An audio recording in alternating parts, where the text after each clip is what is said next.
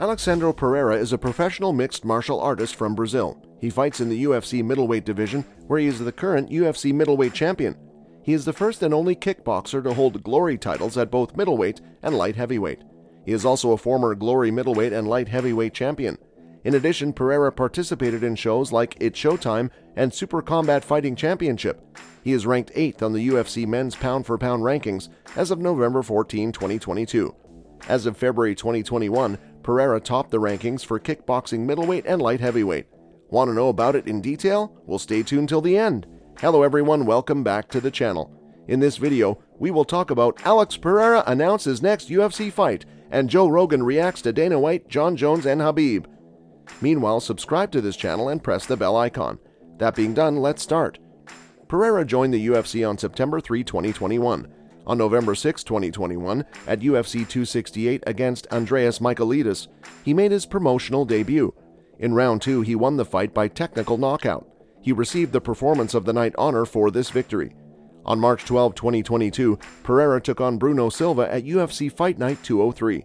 Pereira won the fight by unanimous decision after dominating Silva throughout all 3 rounds.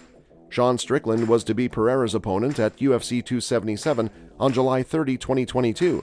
However, the pairing will now take place on July 2, 2022, at UFC 276. After knocking out Strickland in the first round, Pereira won the fight. As a result of his victory, he was given the Crypto.com Fan Bonus of the Night Third Place Award, which was worth $10,000 in Bitcoin. On November 12, 2022, at UFC 281, Pereira will compete against Israel Adesanya for the UFC Middleweight Championship. He won the fight in the 5th round by technical knockout. He won the Performance of the Night award for this victory. Pereira stated in November 2018 that after his contract with Glory expires in April 2019, he would pursue an MMA career.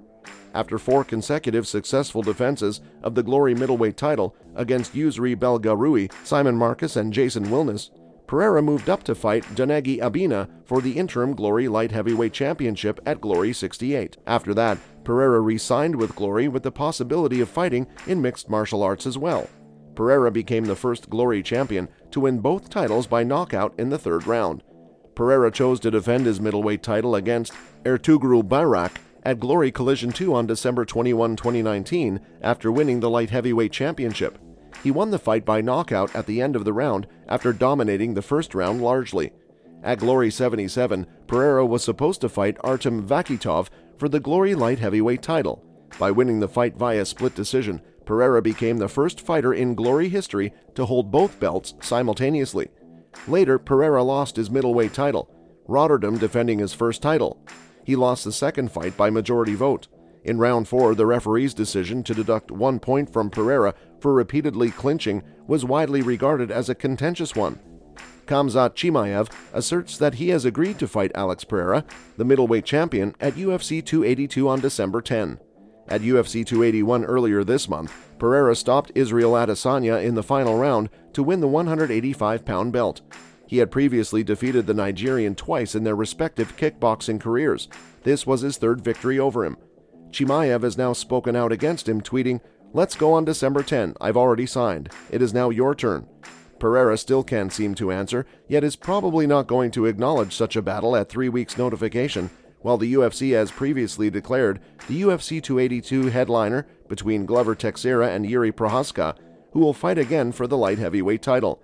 Chimaev has been training at welterweight, but for his upcoming fight against Nate Diaz at UFC 279, he was unable to meet the 171-pound weight limit.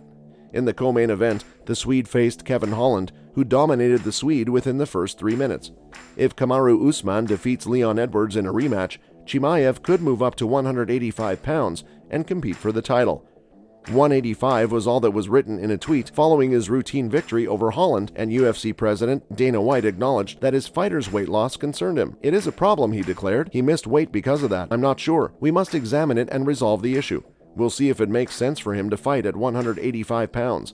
The way it is, it took place. We'll come up with a strategy this week and probably have him fight at 185. With Adesanya confident that he will be given an immediate rematch, Chimaev may also have to wait for a chance at the middleweight title. "I'll fight him still," he told the MMA Hour.